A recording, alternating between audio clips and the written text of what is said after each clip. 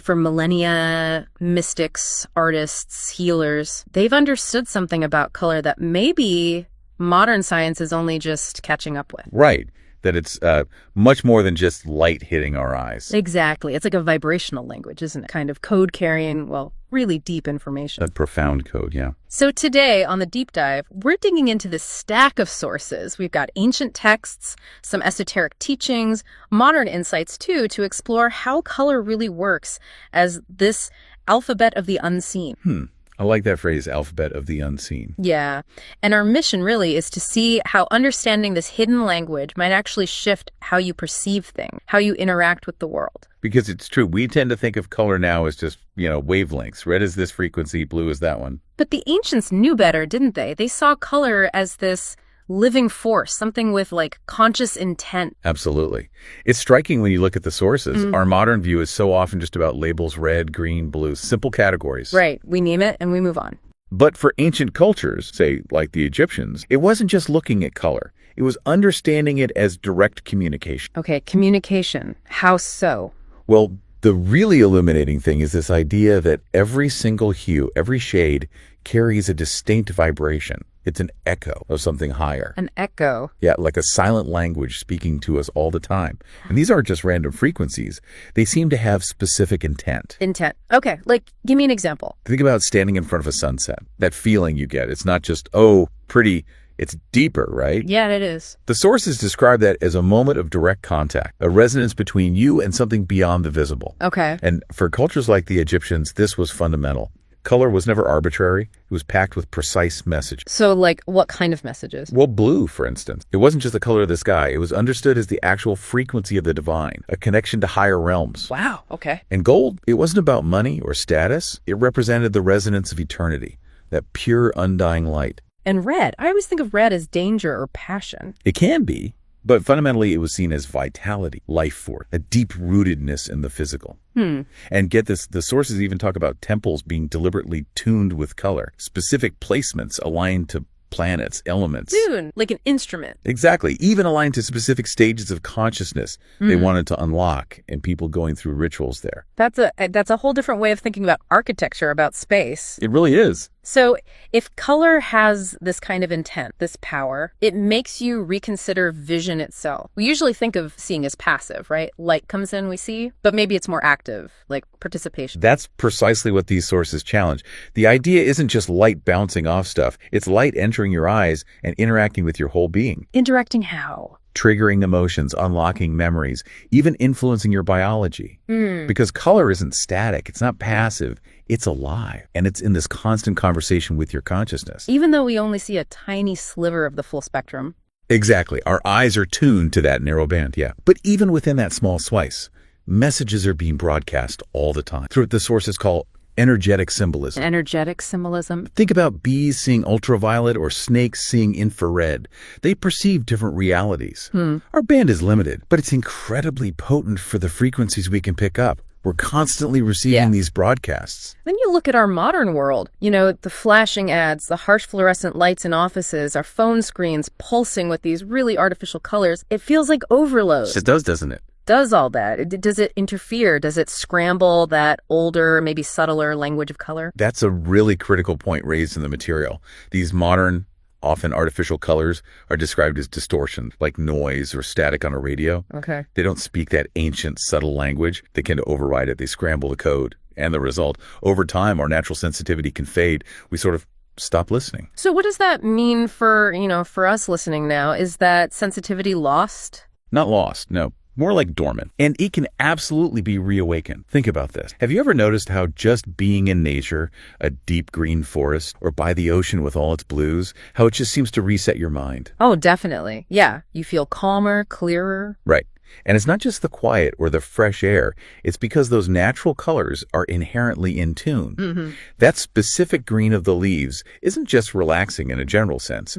It's actively recalibrating your energy field. Recalibrating. And the blue of the ocean, it doesn't just soothe you. It opens something up inside your consciousness.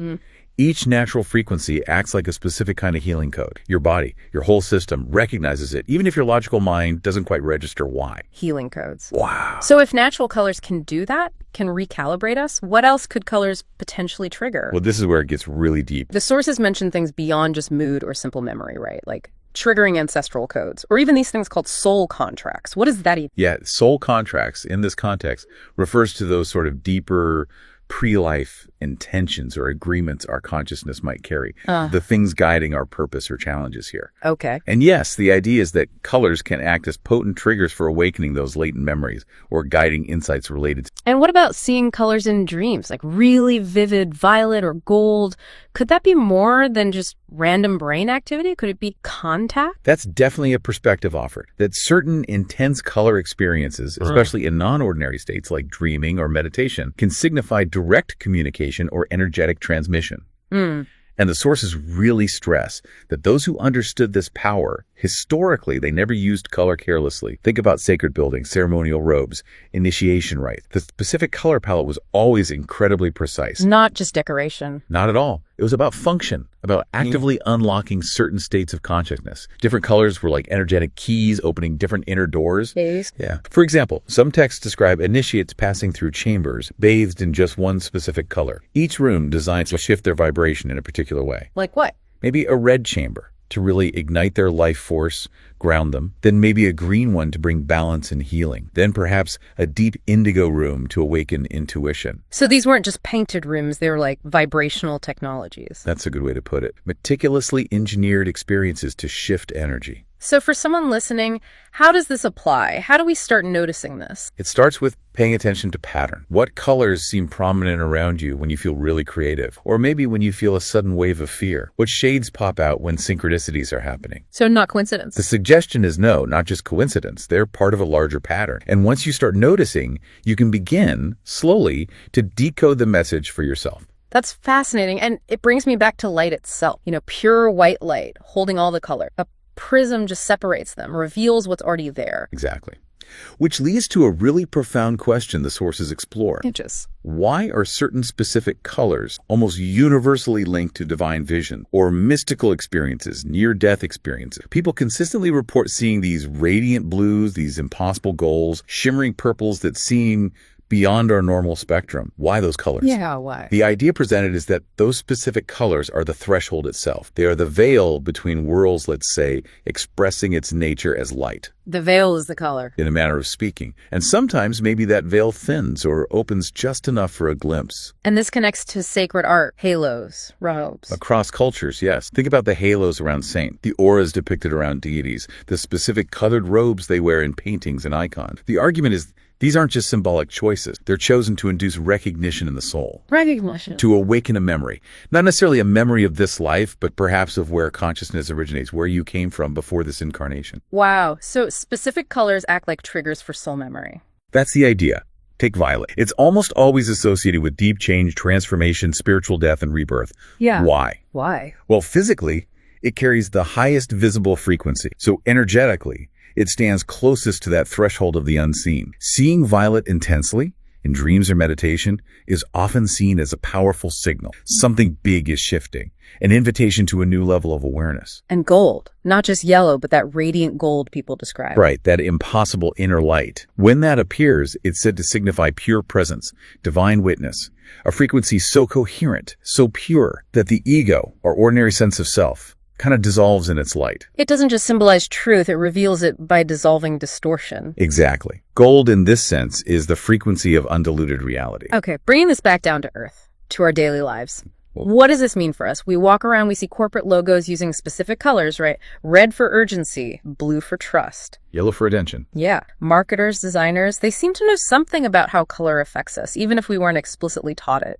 They absolutely do. And the sources talk about something really interesting here. The concept of a personal color signature. A color signature, like an energetic fingerprint. Kind of. An inherent energetic palette reflecting your internal architecture, your unique blueprint. And when you're really living in alignment with your purpose, with your true self, those inner tones start to harmonize with your outer experiences. Is that why sometimes you just feel at home in a new place instantly, or click with someone? That could be part of it, yes. A kind of color resonance at a deeper level. soul recognition, you might. And phrases like feeling blue or seeing red, they're more than just metaphors. The sources suggest they are, like leftover instincts, echoes from a time when we were much more fluent in this energetic language. So how do we get more fluent again? How do we start listening? Well, two key steps emerge from the material. First is simple but profound awareness. Just start noticing. Consciously pay attention to how color moves through your day. Noticing what specifically? Where does it show up strongly? What colors surround you when you feel really clear and aligned versus when you feel off or stressed? Don't judge it. Don't overthink it.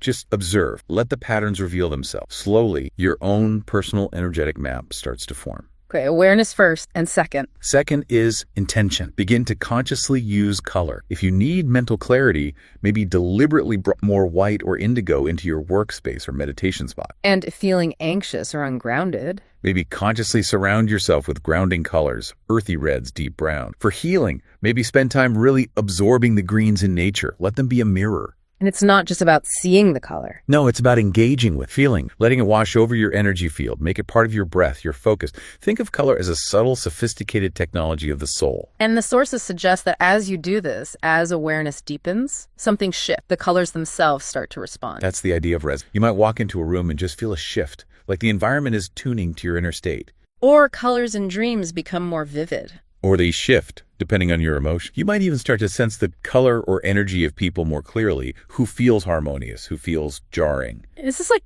perceiving auras? It's related. The sources talk about ancient esoteric schools actually training students to perceive the auric layer, this subtle energetic feel or glow around things in people. So it's not just imagination. The claim is it's reactivating an innate ability, energetic sight, seeing beyond the surface. Which means color stops being just a surface property. And becomes a living field you can sense, a field that holds memory and intention. Ah, so that red temple wall and the red stop sign, same wavelength, different feeling. Exactly. Same wavelength, maybe, but vastly different encoding, different purpose, different message embedded in the energy. You start reading the story within the color. Precisely. Color stops being just decoration, becomes data, signal, information. And once that switch flips inside you, well, it's hard to see the world as ordinary anymore. Because you're sensing the code underneath. You're starting to perceive the intelligence within light itself. That tree isn't just green anymore. It's pulsing with renewal. That sunset isn't just orange and pink. It feels like a farewell from the cosmic heart. And that flash of violet in a dream isn't random noise. It's an invitation,